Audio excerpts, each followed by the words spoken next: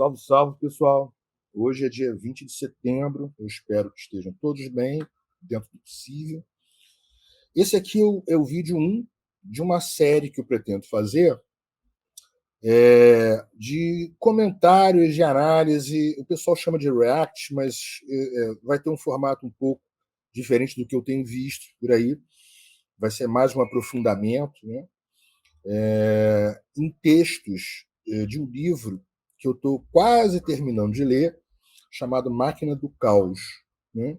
O que a gente vai fazer aqui nessa série de vídeos? Eu imagino que seja mais ou menos uns 5 ou 6, não serão muito longos, né? E em que vai consistir? Né? O livro que eu estou mencionando, né, que a gente vai dar uma aprofundada em alguns capítulos, é o Máquina do Caos, tá? Do Max Fischer. Max Fischer é um jornalista, é um bom livro. Né? O outro livro que vai interagir com isso, né, que vai estar presente nas reflexões, é o Engenheiro do Caos. Todos vocês devem conhecer. Eu adquiri, na verdade, eu ganhei esse livro logo que ele foi lançado. Eu já tinha publicado o que seria o meu primeiro subcapítulo do meu livro que foi lançado esse ano, que é o Arquitetura do Caos. Esses 3 livros, eles conversam, se a pessoa for ler os 3, sobre ângulos diferentes, sobre perspectivas diferentes. Isso eu acho legal. Né? No caso do Máquina do Caos, eu vou mostrar mais uma vez aqui para vocês, ó, essa capa aqui, né, do Max Fischer. Eu acho interessante a visão dele, do que eu estou lendo, porque ele tem uma documentação bastante robusta, né, de entrevistas e de pesquisa com o pessoal que trabalhou e ainda trabalha no Vale do Silício, né, em plataformas como o Facebook, empresas como o Google, né, Twitter e por aí vai.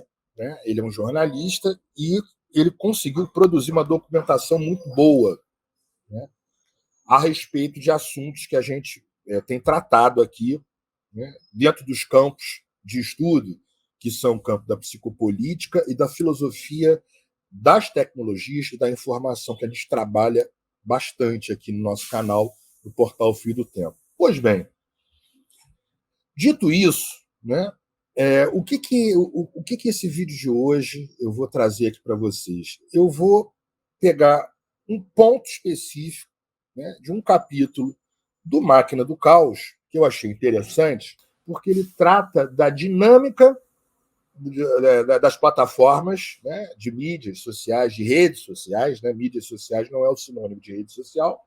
As mídias estão ligadas a todos os aplicativos e mídias usadas nas plataformas. Né? Ele trata dessa dinâmica, né, de um certo funcionamento delas, padrão, e também de um tema que ressurge a todo momento e que está no olho do furacão de toda a problemática que nós temos vivido a partir do momento que se percebeu que em diversos lugares do mundo, e aqui no Brasil nós vivemos, em função de desestabilizações fabricadas e que têm ocorrido também nesse universo virtual, através da amplificação, né, e direcionamento de propaganda, amplificação que eu falo, amplificação do poder dos discursos, da palavra, da disseminação de imagens, né, mescladas com mensagens, com notícias, com propagandas, né, como a gente já viu. E a temática de hoje é a questão das vacinas. Como isso foi percebido há quase 10 anos atrás por uma estudiosa, né, ela é cientista da computação também, chamada René de Resta. Ela está presente, ela é uma das protagonistas, né, do Dilema das Redes, que é um documentário legal que passou na Netflix. Não é dos que eu prefiro, mas eu recomendo que as pessoas vejam, né, junto com outros que foram disponibilizados, como Privacidade Hackeada, que eu acho um pouco melhor, como Citizen 4, que é um documentário também da Laura Poitras. Isso seria mais ou menos uma introdução. Pois bem, eu vou mostrar aqui qual foi a motivação de eu ter escolhido esse primeiro vídeo com essa temática. Deixa eu ver se eu acho aqui. O motivo foi esse aqui. Né? Há 3 dias atrás, né, no Jornal do Brasil, foi publicada uma matéria que o título dela, a princípio, não deveria ser nenhuma novidade, né? Fake news sobre vacinas.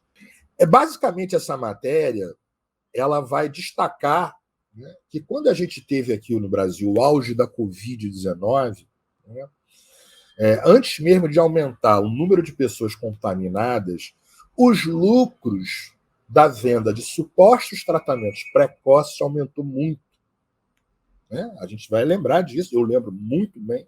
O que fazia isso? Né? A veiculação desse tipo de propaganda em massa que foi feita. Né?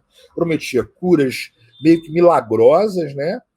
Ao passo que instigaria as mentes, né, das pessoas, do coletivo, a achar que a mídia estaria escondendo, sempre escondendo alguma coisa. A gente sabe que tem uma parte da mídia, que a gente chama de mídia hegemônica, tradicional, que é sempre muito comprometida com interesses que não são os interesses da população brasileira, né? Do povo mesmo. Enfim, tem um aspecto que é muito interessante destacar, né? É um aspecto histórico que remonta ao ano de 1998, ou seja, a gente estava há poucos anos da internet pública, né? Deixa eu tirar um pouco isso aqui da tela, que foi no ano de 1998, quando um cientista chamado Andrew Wakefield, ele publicou na revista científica The Lancet uma pesquisa que associava a tríplice viral com o autismo. Né? Isso aí viralizou essa, digamos assim, a disseminação dessa. Foi constatado que flertou com a falácia, né? Descobriram que os dados eram falsos, na verdade, essa afirmação não tinha nada a ver, e que havia por detrás dos panos o financiamento de empresa farmacêutica, né? Que é o que a gente sempre aponta para a gente ter muito cuidado com esse tipo de falsificação de conhecimento, né, de informação, que a gente chama de desinformação, que é proposital, que sempre que se faz sempre observando o lucro, né? Nesse período, é claro, se observou a queda das vendas de vacina, né? E essas empresas se beneficiam com isso, porque elas vão vender paralelamente esses medicamentos supostamente milagrosos, né? É importante destacar que esse evento de 98, né, acabou fortalecendo essa ideia que ela existe, ela é viva, tá? Do perigo das vacinas. Entendeu? Isso é um dos motores mentais, né, que impulsiona os grupos anti-vax. É a galera que embarca nisso e que gasta muito tempo na rede com isso e que dispara muita notícia sobre isso. E, acreditem, isso serve também como gatilho para outras especulações. Né? Lembrando que esse plano virtual, né, ele não tem. Isso não há um retorno disso. Não se trata aqui da gente ficar fazendo uma crítica da internet, muito pelo contrário. É um instrumento, né, um território também bastante potente, só que ainda estamos discutindo problemas. Né? Eu costumo usar muito a expressão nos lambuzando ainda, nessa infância, né? Ou seja, que precisa de uma barra, que precisa de uma correta informação sobre o seu alcance, para ter bastante atenção com determinadas consequências do uso, né, que se faz de todo esse ferramental, desse instrumento. Pois bem, vamos lá. Então, dito isso tudo, vamos agora ao texto, né, que é a etapa que vai concluir esse vídeo aqui é o texto da René de Resta, que é esse aqui, eu vou botar em tela. Deixa eu ver aqui. Deixa eu mostrar rapidamente para vocês quem é essa pesquisadora, né? Vocês lembram dela? Deixa eu botar aqui um pouquinho melhor aqui, ó. Pronto. Essa moça, pesquisadora, né, gerente de pesquisa do Stanford Internet Observatory, Ela é uma pessoa, aqui eu botei essa imagem com um tradutor para facilitar o pessoal que não tem fluência em inglês, né? Ela investiga a disseminação, não é só fake news não, tá, gente? Eu não alinho fake news com desinformação, não. Ela é uma pessoa que se interessou em investigar conteúdos disseminados, né, que modelam comportamentos a partir da influenciação da mente das pessoas, a partir da captura da atenção das pessoas. Então tem um motor. Isso é diferente de plantar mentiras, simplesmente. Tem um detalhe aí. Né? Ela, em determinada época, tentou alertar, né, por determinados políticos dos Estados Unidos sobre esse problema, lá mais ou menos no ano 2013, 14, né? A gente aqui estava vivendo o início de uma turbulência aqui no Brasil, tá? E aqui eu botei essa imagem aqui porque eu vou colocar na descrição desse vídeo o link de um vídeo que tem no YouTube, né, de uma conversa dela. Não é um vídeo muito longo, são 21 minutos. Salvo engano meu, está legendado. Você pode optar para legenda em português. Tá? Eu recomendo, porque ela fala justamente sobre o combate à desinformação e tal. Evidentemente, é o ponto de vista de uma programadora, né, de uma pessoa que conhece computação, mas que particularmente eu acho bastante interessante. Tá? Então vamos lá, vou tirar isso aqui e vamos para o texto dela. Esse texto ele está no Máquina do Caos, né? Lembrando aqui, tá? Tá no Máquina do Caos. Nesse diálogo que eu vou fazer com esses 3 livros, um deles é meu, né? São pontos de vista não só diferentes, mas sobre que partem de campos, né, de investigação diferentes, que isso que eu acho legal. O campo do jornalismo raiz, que é o do Max Fischer, trabalhou no New York Times e outros jornais, né? O do Engenheiro do Caos, do Giano da Empoli, e o meu, que é da Psicologia e da Filosofia. Nesse capítulo aqui, a Renée de Resta ela vai nos mostrar como que ela percebeu e entendeu a dinâmica das plataformas de mídia social, né? As plataformas de redes, as redes sociais, mas a dinâmica, o motor, né, que captura e impulsiona. A partir do momento em que ela teve um filho, ela diz a expressão, ela era uma marinheira, né, de primeira viagem, né, e ela começou a se dar conta que tinha algo de ruim acontecendo nas redes sociais, né?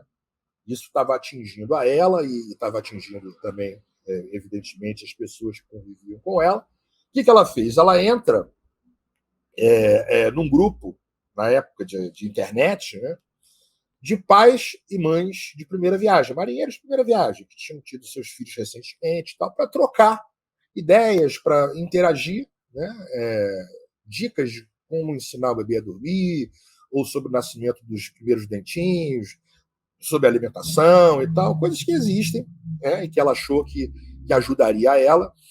E ela percebeu o seguinte, gente. O que ela percebeu? Deixa eu tirar aqui um pouco para falar isso aqui. Ela percebeu que nos grupos, foi mais de um que ela entrou, né, de pais e mães de primeira viagem, era tudo muito tranquilo. Eram grupos cheios, com muita gente, mas os grupos ferviam mesmo quando eram postados tópicos polêmicos. Né? Muitos de nós hoje em dia vão dizer, olha, isso é óbvio, né? O pessoal hoje em 2020, isso aí foi ano 2014, tá? Quem tem conta em Twitter, que eu não tenho, quem tem conta em Facebook, que eu também não tenho, né? Eu não sou uma pessoa que, digamos assim, interage muito em rede social, né?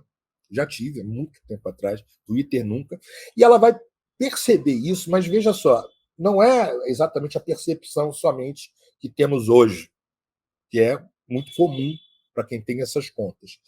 Ela vai perceber e vai ficar atraída para compreender a dinâmica da coisa, o porquê que aconteciam outras coisas e quais as consequências de, em grupos grandes, com temas de interesse bastante válido, né? A pessoa está tendo seu primeiro filho e tal, quer interagir, às vezes está sem tempo, pessoalmente, só de conversar com outros, vai num grupo de internet com outros pais e mães e tal, para ver o que está se falando sobre o tema, e temas polêmicos, né, são os que geram discussões dentro do grupo.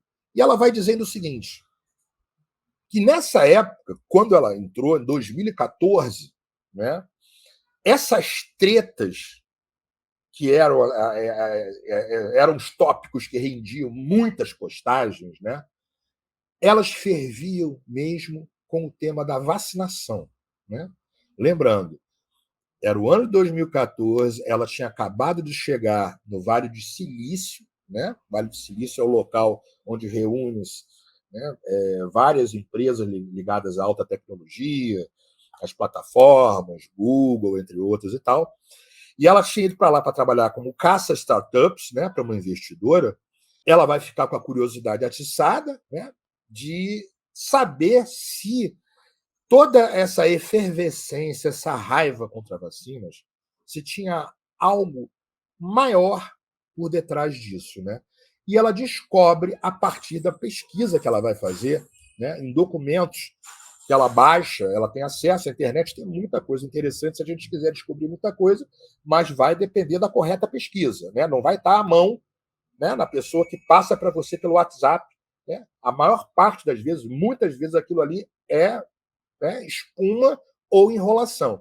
Dá trabalho você achar informações boas, robustas e corretas. Então, ela vai olhar nos documentos do Departamento de Saúde Pública da Califórnia e ela vai constatar que os índices de vacinação por alunos de quase todas as escolas daquele estado, né, incluindo jardins de infância, por quê? Porque é o ano, né, é a época escolar em que o filho dela, que havia motivado ela a entrar no grupo, estava matriculado, né, ela vai ficar muito chocada, né, quando ela vai descobrir uma coisa, que algumas escolas tinham índice de vacinação de 30% apenas.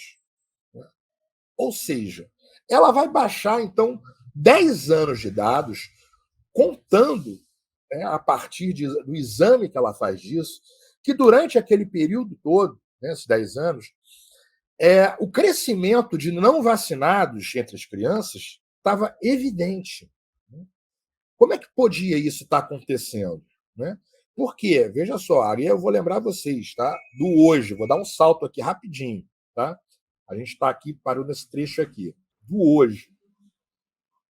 Recentemente, eu fui tomar uma dose de sarampo, né, no Delamare, ali no centro de saúde que tem em São Conrado, que eu dou aula no CIEP da Ayrton Senna, em frente à Rocinha, que teve um indício de início de surto de sarampo. Vejam vocês, essa estudiosa, essa pesquisadora, está falando lá nos Estados Unidos, em 2014, ou seja, o que está se apontando já desde aquela época é uma questão, digamos assim, mundial. Né? O receio, vai dizer ela no texto, de que eclodisse, né? E a gente viu depois que isso, de um certo modo, aconteceu, surto de doenças como o sarampo, que eu acabei de usar o exemplo, né, comigo de hoje em dia, que eu tomei essa dose, né? Eu fui vacinado com sarampo contra a criança. Aliás, eu fui vacinado de tudo que era possível. Coqueluche e por aí vai, né? Isso apresentava um grande risco, né? Ela chegou a entrar, ela vai dizer nesse trecho, né, desse capítulo, que ela entrou em contato com o gabinete do senador do estado da Califórnia para perguntar se podiam fazer alguma coisa para aumentar os índices de vacinação que ela já havia constatado estava baixo.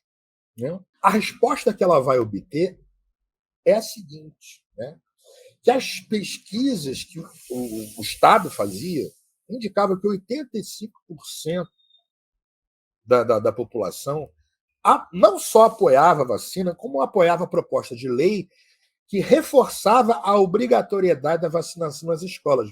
Atenção, ela percebe a queda e o Estado, representante do governo, né, vão dizer que o índice, na realidade, o índice era alto, 85% é bastante alto. Né? Porém, o que ela vai dizer, né, que a partir dessa conversa foi dito para ela que os legisladores tinham medo do ruído, do barulho do movimento anti-vacina, né, que estava localizado aonde? Jovens pais californianos que eram tomados por paranoia e fúria nesse assunto, vacina. Né? Isso emergia de onde? Isso ela aponta o primeiro ponto, 2014, Twitter, YouTube, Facebook. Né? Segundo essa pesquisadora, René de Resta, né, isso motivou ela a se aprofundar mais ainda. Ela ficou 6 meses tirando 6 horas diárias, de 8 da noite às 2 da manhã, para investigar se não havia, né, uma mão invisível por trás desse movimento anti-vacina. Né? E ela vai ver que, na verdade, não era bem uma mão invisível. O que ela vai encontrar é outra coisa. Né? Ela cria um grupo no Facebook para fazer o quê? Né?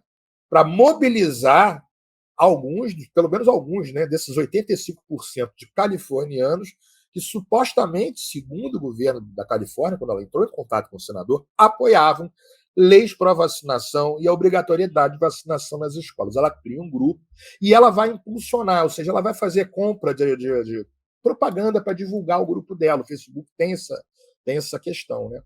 E ela vai descobrir o seguinte: sempre que ela colocava, digitando a palavra vacina, ou qualquer coisa de uma forma tangencial, né, sobre o assunto vacina na ferramenta da plataforma que direcionava anúncios, os resultados eram de grupos e de tópicos esmagadoramente contrários à vacinação. Mais ainda, quando ela voltava seus anúncios para as mães californianas, usuárias que recebiam a propaganda, respondiam para ela com uma enxurrada de insultos, todos eles anti-vacina. Era como, diz ela, né, se as opiniões pró-vacina daquela região, na vida real, estivessem invertidas na internet. Se alguém aqui já viu isso com outros assuntos e até hoje vê, não se espantem, que essa é a dinâmica. Né? O que ela fez? Ela entrou em grupos anti-vacina no Facebook. Né? Muita gente aqui já fez também. Um amigo recentemente, vou dar só uma pausa aqui para fazer um comentário disso. Tivemos a posse de Lula e um amigo ficou lá uns dias, lá em Brasília, visitou alguns acampamentos daquela galera que estava envolvida na invasão do Congresso, do STF e tal. E ele me mandou vídeos, me mandou fotos e tal, coisas muito impressionantes da dinâmica do dia a dia, do que se falava, do que se conversava, do que se escutava, dos hinos, palavras de ordem, da organização deles ali. Né? Ou seja, eu estou dizendo isso porque essa questão de você investigar em loco como funciona, que a René de Resta fez, ela entrou em grupos anti-vacina, né? Isso se faz em grupo de terraplanistas e tal, e esse que eu estou dando exemplo aqui agora. Pois bem, quando ela entra nos grupos anti-vacina do Facebook para tentar entender a dinâmica, veja bem, ela não está atrás, né, de uma questão moral, né, se é o certo ou se é errado. Ela quer entender como que há uma inversão. Houve uma baixa do índice de vacinação, o governo tem dados que afirmam, né, e é verdade, de que a maioria da população era a favor da vacinação. Então, como que se inverte na rede esse barulho tão grande de campanha anti-vacinação? Né? Ela vai dizer o seguinte, né, que ela teve a impressão, quando ela entra nos grupos, de que os usuários eles pareciam viver para as mídias sociais. Né? Eu diria até para as redes sociais. Né? Eles faziam circular vídeos do YouTube e coordenar campanhas de hashtag no Twitter. Atenção, tem muita gente que vive assim também, no dia a dia, porque agora com o smartphone, né? O smartphone é o aparelho do panóptico digital. A pessoa, às vezes, está andando no metrô e tal, e está impulsionando hashtag, e está disseminando coisa para assinar e tal. Pois bem, ela diz essa dinâmica de 2014 mostrava isso, que o tempo que as pessoas passavam dedicadas aquela luta, aquela batalha de hashtag, né, em prol da campanha anti-vacina era muito grande. Né? Segundo ela, a maior parte dessas pessoas demonstrava angústia, que ela considerava muito genuína, né, em relação ao que eles acreditavam ser uma grande conspiração para enfiar seringas perigosas nos braços dos filhos. Né? A pergunta permanecia: se essas pessoas representavam somente 15% dos californianos, por que eram ali a maioria? É uma grande pergunta. Né? Ela vai dizer o seguinte, né, que né, nesse momento da investigação que ela fez, né, ela notou uma coisa esquisita, né? Que o Facebook, no caso, e atenção, eu estou falando aqui do Facebook porque eu estou me atendo à investigação dessa pessoa, né? Mas isso serve para outras plataformas também. Tá? O que ela percebe? Que ela promovia fluxos de notificações que estimulava a seguir outras páginas anti-vacina. Se você entrasse em um só grupo anti-vacina, a coisa ia se transformando. Né? Por quê? Porque quase todo o conteúdo relacionado à vacinação que era recomendado passava a ser, dali em diante, de antivacina. É a ferramenta da recomendação ficando impulsionada ou impulsionando sem parar. Ela diz que não tardou, né, quando ela entra nesse giro, ou seja, olha só o movimento que ela faz, gente. Tá? Eu vou destacar isso aqui, que isso é importante. Ela entra nos grupos anti-vacina, ela vai perceber a relação tempo e atenção para a captura dos usuários, ela vai se questionar como que a intensidade do que é produzido em conversas puxadas de assunto, hashtag, mensagens, notícias, mostra o contrário de fora da rede, ou seja, um grupo menor, parece muito maior, mais ruidoso, e ela vai apontar justamente isso aqui. Que não tardou para o sistema, ou seja, para a dinâmica, né, da plataforma, começar a incentivar ela que ela entrasse em grupos de conspiração que não tinham, digamos assim, nada a ver diretamente com a vacinação. Exemplo, chemtrails, o que é isso? A galera que ainda hoje fala, né, que as fumaças de rastro de avião também tem veneno, né? Aquilo ali seria uma, digamos assim, seria um método, né, de espalhar doenças pelo ar, né, e que os aviões deixam aquele rastro. Ou a galera da Terra plana, muito viva até hoje, tem grupos, né? Tem até no YouTube também, como é que se chama? Canais sobre isso e tal. E ela vai começar a receber propaganda, ou seja, essa lateralidade vai se materializando para ela em termos das conspirações, da suspeita, né, que nós vimos antes, que explora um pouco o funcionamento paranoico. Eu não estou aqui usando paranoia num sentido estrito da psicopatologia, ou que a própria psicanálise pode usar. Estou falando dessa coisa comum e que praticamente todos são passíveis, né, de ter um estalo, um momento sob ameaça, sob confusão, né, de um raciocínio meio paranoico. E ela vai dizer o seguinte: conforme ela ia observando e analisando tudo isso, né, ela vai dar de cara, né, ou seja, ela vai encontrar um outro jeito do sistema incentivar desinformação sobre vacina. Né? Tal como a ferramenta de direcionamento dos anúncios, né? Ou seja, digitar vacina no espaço de busca, que tem aquela lupinha do Facebook, fazia retornar uma chuva de postagens, de matérias anti-vacina e de grupos anti-vacina. Mesmo que as páginas populares sobre saúde e sobre maternidade tivessem grupos com muito mais gente, esses resultados apareciam logo abaixo, mais abaixo. Né? Ela se deu conta de que o motivo pelo qual o sistema estava impulsionando com tanta força conspirações que eram, para ela, discrepantes era o engajamento.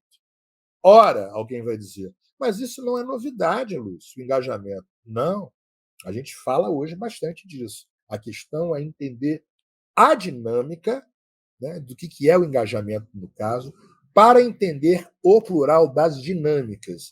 Que o engajamento ele pode ser entendido, né, esse conceito como prática, e pode ser entendido nas dinâmicas diferentes usadas em cada plataforma, que não são exatamente as mesmas. Assim como o público-alvo também não é exatamente o mesmo. Né? Ela nota, então, que as plataformas sociais começavam a trazer à tona todo o conteúdo que os sistemas automatizados concluíssem que iam maximizar a movimentação dos usuários na rede.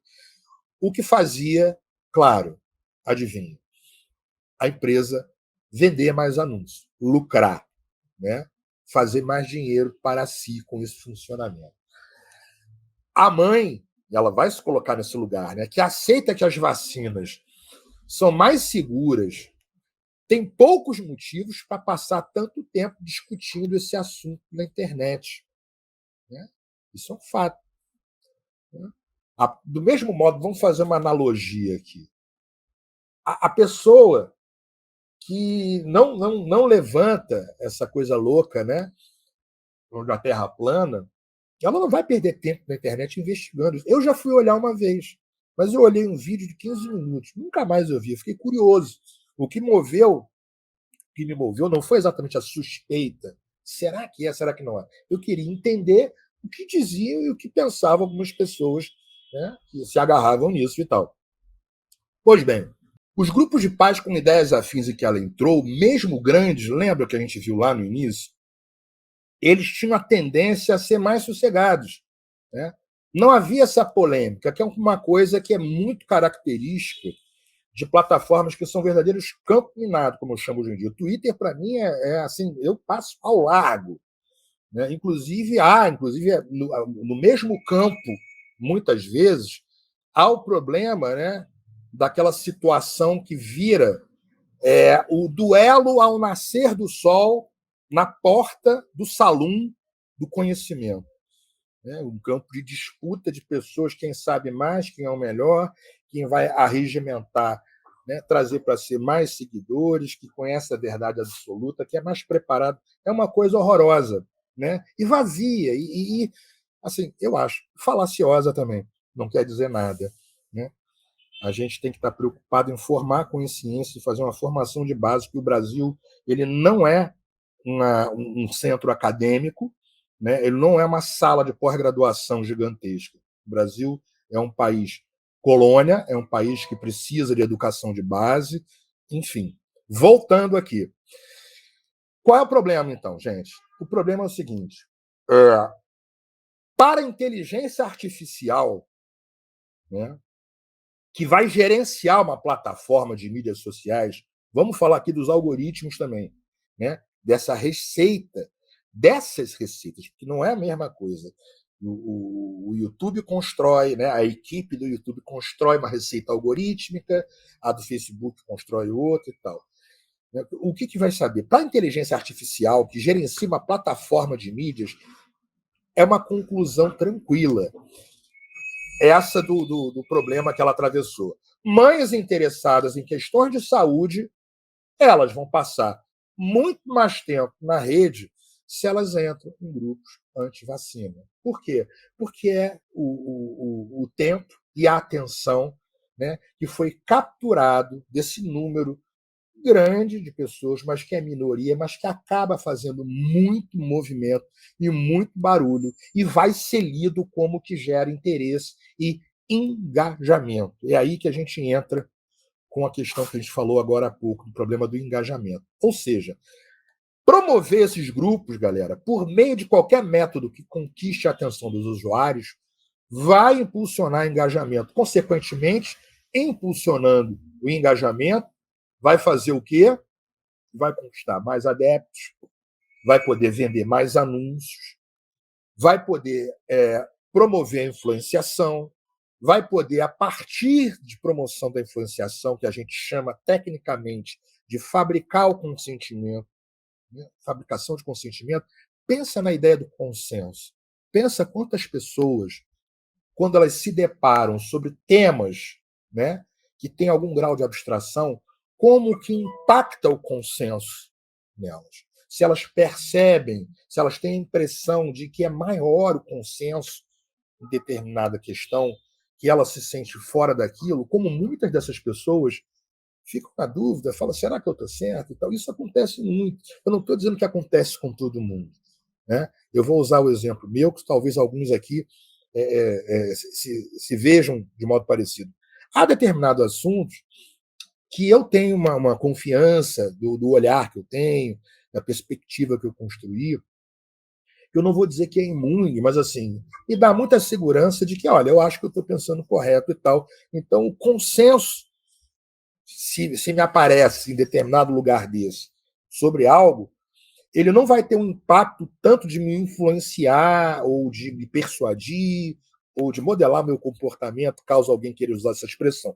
Pode até me fazer, me atiçar a curiosidade para ir lá olhar. Pode ser, se eu tiver um tempo para isso, né? Se eu puder gastar um tempinho para isso, talvez até faça, mas não de fazer. Porém, nós não podemos achar que a nossa mente, né, o funcionamento nosso é modelo para os outros. Esse é o problema da má compreensão da psicologia, da psique humana. Né? Achar que a consciência é algo dado, né? Alguns autores da história da filosofia trabalham isso equivocadamente, que ela não se constrói, né, na relação com o outro, com o diferente, e de que não haja individualidade, né, a subjetividade aí. Ou seja, as pessoas não têm um funcionamento exatamente igual aos outros. Muito embora haja muita similaridade, mas não é assim. E essa dinâmica do engajamento, como a gente está vendo aqui, desse conceito, desse tipo de ação, ele trabalha justamente em cima disso, né? Da possibilidade de capturar atenção e tempo. É tudo que essas plataformas precisam: atenção e tempo, porque ela gera os anúncios, ela gera propaganda, ela direciona essa leitura da receita algorítmica em cima disso. É onde tem a movimentação. Daí, a René de Resta, ela vai compreender, né? Ela não estudou só isso, mas ela vai compreender a dinâmica que lá atrás ela falou. Como é que pode, num grupo de mães e pais de primeira viagem, marinhas de primeira viagem, que tem interesses básicos mais importantes, sobre alimentação, sobre, né, os primeiros dentinhos do bebê e tal, e outros problemas, né, sobre o sono. Como é que a paranoia anti-vacina vai dominar o engajamento? É o ruído, é a disseminação. Imagine uma cena, eu estava conversando outro dia aqui com colegas sobre isso. Imagina a seguinte cena: você está numa janela, digamos que é uma janela grande, né? Você está numa janela e você está num espaço que ocupa 2 quarteirões. Imagina um grupo de, vou chutar aqui, que dá para cobrir 2 quarteirões, assim, vou chutar aqui, 800 motociclistas. Né? O seu grau de visão, ou seja, a tua percepção, né, que vai estar também fortemente influenciada pelo visual, pelo auditivo, ela vai ver o quê? Esse grupo de motoqueiros passando na sua frente, e eles dão a volta, vão no quarteirão, é um quadrado, e voltam novamente a passar. Se for 800, eu chutei aqui, você vai ter a impressão, se você não estiver atento da repetição, você vai ter a impressão que é imenso, não para aquilo. É o formato circular em volta, né, que a gente já viu em outros vídeos aqui do canal, que é justamente a ideia, um pouquinho mais complexa, eu estou só citando, se alguém quiser olhar, eu vou dizer até onde, um dos vídeos que fala aqui é o Sociedade de Controle, né, que eu peguei um trecho de uma fala do Gilles Deleuze, do Byung-Chul Han, dei uma olhada, vai ter a impressão dessa estrutura circular, que é a própria estrutura da repetição. Né? O controle sobre aquilo que você vê e que pode influenciar, inclusive, a sua percepção, a sua impressão, ele pode te fazer a crer que há liberdade aonde a coisa é controlada, como essa. Como controlada? A pessoa vê determinadas coisas, ela produz, ela é capturada, ela vai, ela consome anúncio, ela produz conteúdo e ela fica chamando mais gente. E ela fica ali, capturada durante um tempo. Só que ela tem a impressão que ela é livre na internet. Porque ela não vê nada que a impeça de sair daqui. Ela está ali porque ela quer, porque aquele tema pegou ela. Entende? Então, só para fechar a ideia desse subcapítulo aqui, para a gente encerrar. A gente viu que a inteligência artificial ou a receita algorítmica, né, ela vai concluir exatamente isso, né, no caso da vacina, né, que as pessoas que têm interesse em saúde, elas vão olhar mais o quê? O grupo polêmico, anti-vacina, que é onde tem o turbilhão, né, de hashtag, de lutas, de discussão, de batalha e de sobreposição das teorias conspiratórias, né? Se vira javali, se vira jacaré, se causa infarto, se não é uma conspiração chinesa. E aí a coisa vai e ela dá realmente a impressão de um volume muito grande. Pare e pense, inclusive, no seguinte: se a força desse tipo de construção de percepção, né, de captura, não é mesmo capaz de dar a impressão de que há uma maioria quando não há. A gente viu recentemente, inclusive, debates muito grandes sobre presenças a questão é mais simples agora, tá? Presenças de grupos em manifestações políticas de rua. Aí a pessoa bate a foto de cima, amplificada e tal, e mostra de um ângulo que parece ter mais gente. Eu não estou dizendo que é a mesma coisa que engajamento, tá, gente? Mas no momento que você viraliza essa imagem e induz o outro a crer que aquela imagem captura um real, né, da coisa, que não é exatamente, ou seja, eu dei o exemplo do quarteirão das motocicletas, né? Tem 2, 3 mil pessoas, mas a foto dá a impressão que é um mar de gente, você induz a que o outro vá dizer para o outro que ouve e o outro diz para o outro. Daqui a pouco essa coisa se espalha. No meio do caminho, vai pegando, vai capturando todo tipo de pessoa. No sentido de que pensa algo, às vezes a pessoa que não tem um posicionamento político determinado, vai ver a pessoa também tem as suas cismas, os seus pequenos traços paranoicos de conspiração sobre um outro assunto e é capturado para olhar aquele. Enfim, o jogo basicamente é esse, né? Então, pessoal, hoje, nesse vídeo, ficamos por aqui, né? Eu compartilhei esse trecho do livro do Máquina do Caos, né, do Max Fischer, que nos vídeos que virão, vocês vão ver que vai ser uma conversa com o engenheiro do caos e com o meu arquitetura do caos, visando a gente dar uma aprofundada, né, e levantar questões para o hoje, né, envolvendo essa questão da psicopolítica, né, das técnicas de controle, de influenciação, né, usando as mídias digitais, as mídias de plataforma de rede social, e da filosofia da tecnologia e da informação. Tá? É isso. Para você que veio até aqui, eu peço que se inscreva aqui no portal Fio do Tempo, tá? E compartilhe com pessoas conhecidas e tal o conteúdo aqui do canal. A gente se vê no próximo vídeo.